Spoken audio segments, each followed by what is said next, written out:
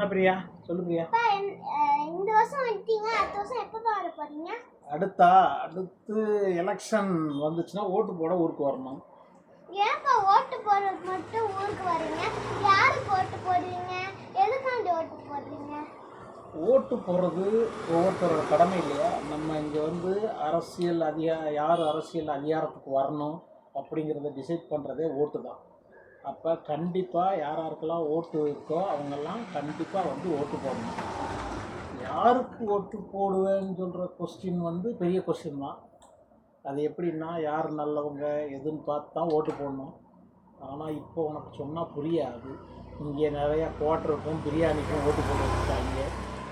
நல்லவர்கள் பார்த்து இங்கே யாரும் ஓட்டு போடுறதில்ல. ஸோ நீ ஒரு 10வது படிக்கையில் உனக்கு வந்து அந்த அரசியல் அறிவு வந்து வந்துடும். ஓகேவா?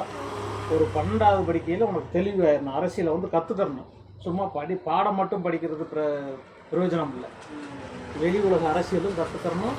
நல்லவங்களை தேர்ந்தாத்தான் நல்லது செய்வாங்க. கரெக்டாக? நம்ம பாட்டு ஃப்ரெண்டெல்லாம் தேர்ந்தெடுக்க முடியாது. ஃப்ரெண்டு வரலாம், ஒரு வயசுக்கு மேலே வந்துச்சுன்னா ஃப்ரெண்டு கூட நிற்கலாம். நீ அரசியலுக்கு வரலாம், எல்லாருமே அரசியலுக்கு வரலாம். அதிகாரம் வந்து வலிமையானது. அதனால கண்டிப்பாக அரசியல் கற்றுத்தரணும். Okay okay done.